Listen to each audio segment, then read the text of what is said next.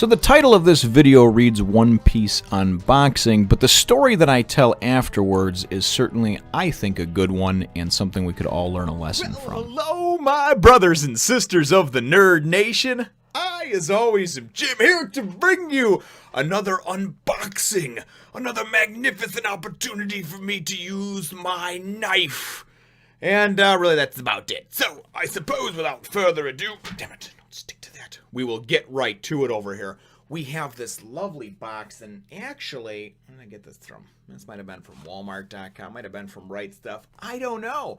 I actually had ordered a bunch of different things as there was different sales around the holidays and stuff, and then honestly started kind of piling them up, and I was like, I just don't have enough time to open all these up and do videos and stuff like that for them at the time. I was very busy with things, holidays and such, you know. So anyway, we will dig right into this little fella over here and see what we've got. Hopefully it's something good. I don't know. I've got papers going everywhere. This place is a goddamn mess. Don't know what's going on here. Oh boy. I just can't wait for the video where I accidentally stab myself. Alright. Packing. Oh, there we go. We've got a couple bright, shiny new. What could they be? Oh, there it is. Oh, it's One Piece. One Piece. I actually haven't done one of these in a while, and this is volume number 41. Looking good there, One Piece. Don't want to look too closely though at the volume covers. And I have gotten all the messages and things like that, and hear you loud and clear about some of the volumes. I guess I was told I think it's 58 and 59. Once I get those, which will still be a while off, that I have somebody else open them for me. Or don't look at the covers, because I guess there's big spoiler territory on there. And that's number 42. So, and honestly, although I take a look at these, I don't know why I keep moving it around the microphone. Although I take a look at these, I don't. Number one, between the time that I open them and then the time that I actually do the video for it and the time that I actually get into reading them, it's usually months. And honestly, just seeing a picture of something to me is not a spoiler, because I don't remember anything that I've seen afterwards. I mean, I know that on the top of them now they're saying the arc, I guess, or the saga or whatever that's in this is Water 7, but I've heard that mentioned many times anyway, so it's not like it's letting the cat out of the bag on anything. But I'm assuming that these volumes, I think 58 and 59, everybody's been telling me, obviously must contain some kind of big spoiler for the series that I'm not aware of. And so I'm certainly going to be conscious of that and make sure that when and if I actually do reach those ones, that I will not, do anything with them as far as looking at them. So I will either, I don't know. I mean, maybe I'll order those two separately and I'll do unboxings up to 57. Then maybe I won't even unbox them until I get close to the end of 57 or something like that. I don't know. We'll figure it out when the time comes. But so anyway, now I guess we'll go and we'll dive right in and maybe tell a little bit of a story. What do you think? Is that a good idea? Should I? I don't know. Well, maybe. Okay, fine. You've talked me into it. So as you can tell, I'm wearing a different shirt, and that actual first portion of this, the unboxing, I recorded probably a week or two ago. I just get so busy sometimes that I have good intentions of then going and adding on something to it. In this case, obviously a story. And I thought that an appropriate story, as I was thinking about things this morning, would be, obviously I'm into a few different series now, but in Naruto, in chapter 9 and 10, you kind of got a little bit of a life lesson. As far as Naruto, he had all the good intentions in the world, but then when it came time to a life or death situation he was approached with, he froze up. Freezing up could have cost him and his teammates their lives. Fortunately, it didn't. But I wanted to tell a story about, and this is something I've actually been wanting to tell for a while, and it was a story about my father and I, and it's a situation where he reacted very quickly, and I was a few seconds behind. And it was a situation where a child probably would have died, or if it had relied solely on my reaction time. I was probably 18, 19 years old, and I used to work for my father's company. We did asphalt paving and seal coating. If you see, that's like the painting, the black paint that they put on the driveways. Pretty much that's the best way of describing it. Here in the States, it's pretty prevalent. And he owned a business that I worked with him doing. And there was a customer that we would do their driveway as a repeat customer. We do it every year.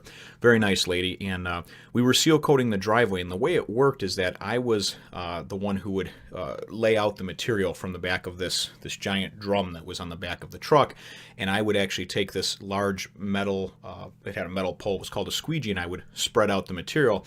And then the other person, or the finishing person, which was my father, would go through with a fine brush, and it would go over it, and it would spread it out evenly, fill in all the cracks, make it look very pretty. So we're doing this driveway. It's a hot summer day, and this particular area that we're in, it's the side street. The house that we were at was kitty corner to a major street, right, and right across from this school. And cars came flying by on this major street, and there's no sidewalks. There was only like the ditch that was at the side of the road, kind of the drainage ditch. So we're sitting there, and obviously you can't park in the driveway because we're seal coating it. And we're sitting there, and all of a sudden we see across the street from us now, you have to picture all this, we're in the driveway, and we look across the street, an SUV pulls up and parks and is still running. And the lady gets out of the SUV, and she comes up to the house that we're seal coating, and she comes to the door, and she's talking to her friend. I don't know what, she was dropping something off, she was asking if she wanted to go to lunch, who knows what the deal was. But apparently there was 2 small children in the SUV that were left in the SUV that was running. One of them was an infant, only about 4 months old, couldn't even move. The other one was I want to say it was about an 18 to 20 month old kid. I have a 2-year-old, and I want to say that this child was a little bit smaller than that. And they were left in the running car, strapped into their car seats though, mind you. So my father and I were just going along, minding our business, working as we're trying to do and get done and get on to the next job. And all of a sudden, and I'm facing front, of course, I'm facing the garage of the house, not the car, and my father's in front of me. And all of a sudden, he goes and drops his brush in the seal coat, which is tar, and it's nasty, and you don't want to do that. And he starts running. Doesn't wipe his feet off, nothing, and starts running across the driveway and down the embankment, I guess the front yard, and he's running right through. And that's a big no-no when you're doing that. You don't leave footprints anywhere because people get pissed off on their grass, on their concrete, even on the street, right?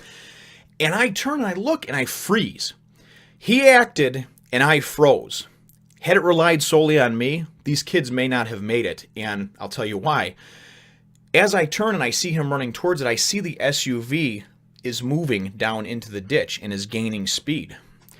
We find out later on that the 18-month-old had somehow found a way to get out of his car seat, the triple buckles and everything else, and had climbed up in the front seat where he sees his mom and dad driving all the time and had accidentally put it into drive.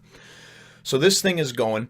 My dad's running after it. I drop my brush and start running after him. And luckily, I'm taller than my dad. I'm about 6 foot, 6'1". I have long strides, long legs. My dad's about 5'10". So when he's going, it's like, it looks like in a cartoon, like a little midget trying to run, you know. So I wound up closing the gap, and I was a few seconds behind him. And as we're running towards this car, I have no idea what's going on. I don't see very well. My dad knew that there was kids in the car. I didn't even know that there was kids in the car at the time. I thought the lady had just left her car running. The woman's still dumbfounded, has no idea what's going on, right? And my dad goes and he says, grab the bumper, grab the bumper. So as he's trying to run and catch up to this thing, because now it's in drive and it's going down this ditch and about to fly out into this major road, right? I'm holding on to the bumper and trying to pull all my weight behind it to slow the vehicle down. Thank God the woman wound up leaving the window rolled down enough, because she locked the doors, wanted to lock the doors so her kids were in the car and they were safe, right? But left the car on.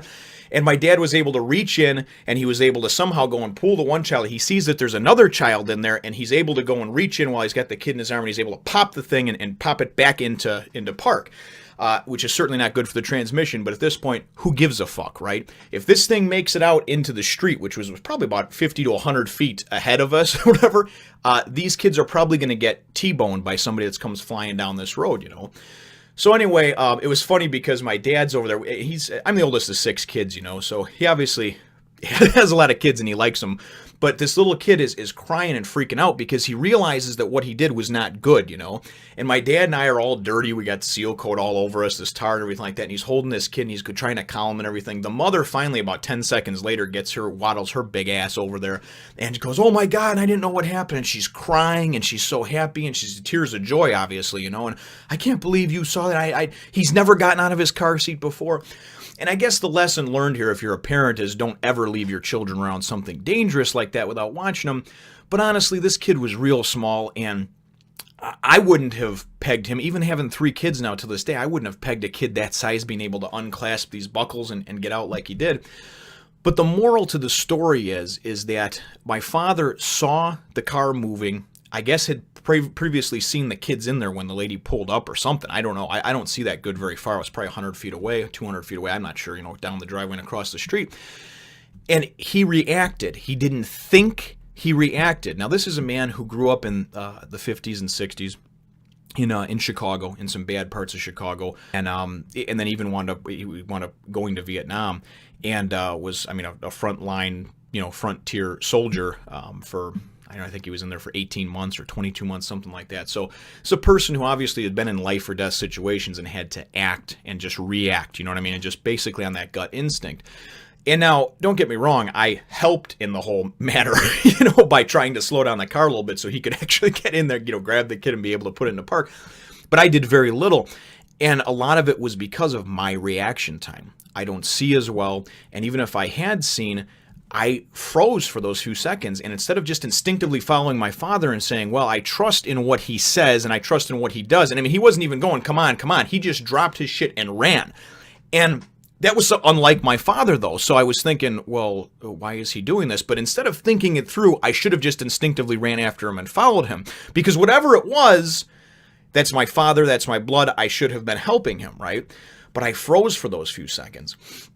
And honestly, that's probably one of the last times that I ever did freeze up in a situation like that. I've been faced with now having children and just having younger brothers and sisters numerous times with a situation where I had to act or react to something. And sometimes I act now. I definitely act now, and sometimes without thinking. And there's been a couple of times that it's wound up biting me in the ass, but for the most part, it has overwhelmingly been a positive thing because it has helped to protect somebody, or it has helped, obviously, in this case. I mean, and you never know what could have happened, so I'm not going to go and say that we saved those kids' lives or that my father saved those kids' lives, but what I can tell you is that the ditch that they were rolling down into and the road that it was going out into, it would have been a miracle if they would have rolled out into that intersection, still gaining speed now because the car's in drive and going down a ditch in like a hill almost. And then, picking up speed. And then even if they wound up getting across the road safely without getting hit, there was a ditch on the other side of the road, and they probably would have crashed, maybe hit a tree, maybe hit another car. I don't know.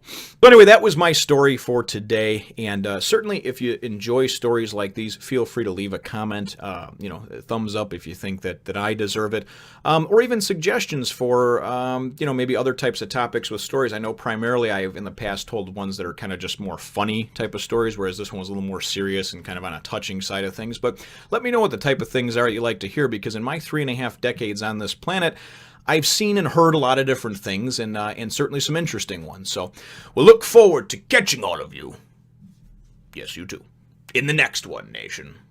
And here's a picture of my dad just sitting and relaxing, watching some TV with my 2-year-old Nathan sleeping peacefully in his arms.